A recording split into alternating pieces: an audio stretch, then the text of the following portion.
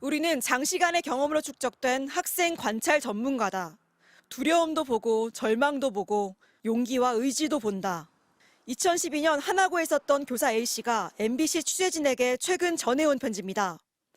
그해 3월 이 선생님은 갓 2학년이 돼 찾아온 제자들을 생생히 기억합니다.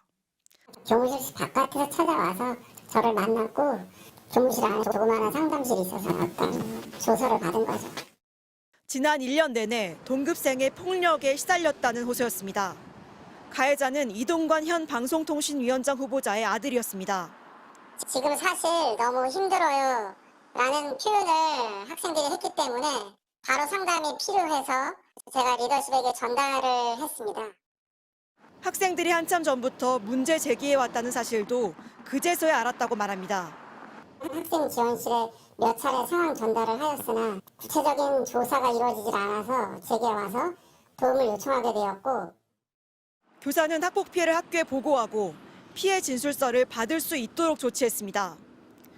현재 언론에서 언급하는 바로 그 진술서입니다. 진술서를 쓴다는 것은 화해가 되어서 진술서를 쓰는 건 아니겠죠? 그러나 무슨 일인지 당시 학교폭력위원회는 끝내 열리지 않았고 이 후보자의 아들은 다른 학교로 전학을 갔습니다. 그의 생활기록부엔 어떤 학폭 기록도 남지 않았습니다. 가해 학생을 보호하려는 조치였던 셈입니다. 서로 입장을 존중해주고자 하는 의지의 발현이죠. 사실 당시에도 생기부의 기록으로 남는 학폭위가 열리는 최악의 상황을 사전에 방지하고, 특히 이 선생님이 지금도 납득할 수 없는 건 학부모였던 이동관 후보자의 대응입니다. 이 후보자가 당시 김승유 하나고 이사장에게 직접 전화를 걸었다는 사실입니다. 근데 1학년 때 담임도 이동환 특보로부터 한 번도 연락한 적이 없는 예를 갖추신 분이라고 이야기를 많이 들었거든요. 하지만 최근에 이사장과 통화를 했다는 것을 볼 때 저는 잘 이해가 안 되는 부분입니다. 일상 속 어떤 부모도 담임 교사나 교장을 넘어서 그 윗선에 통화를 하는 사례는 존재하지 않습니다. 언론사 인터뷰에 처음 응한 이 교사가 취재진에게 밝힌 일관된 입장이 있습니다. 자신을 찾아온 피해 학생 누구도 그 당시 이미 화해했던 제자는 없었다는 점입니다. 어려움을 호소한 시기인 2학년 초기에 학생들의 몸엔 화해를 통해서 조화로운 평화의 몸을 가지고 있지는 않았습니다. 이 교사는 인터뷰에 응한 이유를 이렇게 밝혔습니다. 최근 상황을 봤을 때 당시 아이들의 아픔과 절망에 공감했던 자신의 취지가 무색해지는 게 힘들었기 때문이라고 전했습니다. MBC 뉴스 지은수입니다. 이동관 후보자 자녀의 학교 폭력과 관련한 어제 MBC 보도에 대해 이 후보자가 즉각 반박 자료를 냈습니다. 악마의 편집이 의심된다고 했고 MBC가 특정 진영의 나팔수 역할을 하고 있다고도 했습니다. 박진중 기자의 보도입니다. 이동관 후보자 자녀의 학교 폭력 피해자들을 직접 상담했던 교사의 발언. 당시 장기간에 걸친 학폭이 있었고 해결되지 않은 상태였다는 설명이었습니다.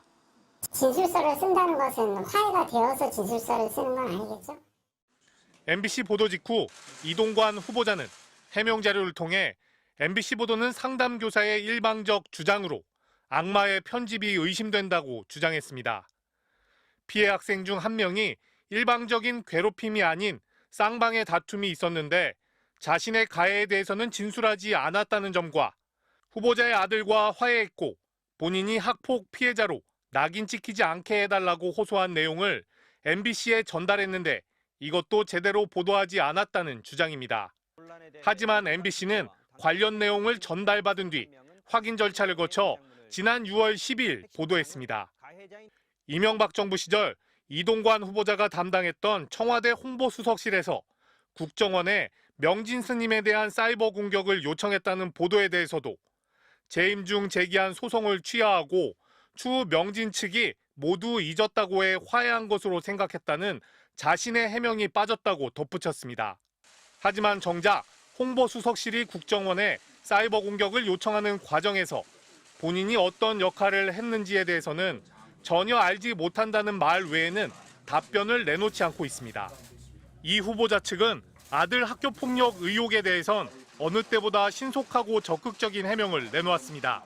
민감한 질문을 받았을 때 마치 아무것도 모르는 것처럼 대답한 것과 대조적입니다.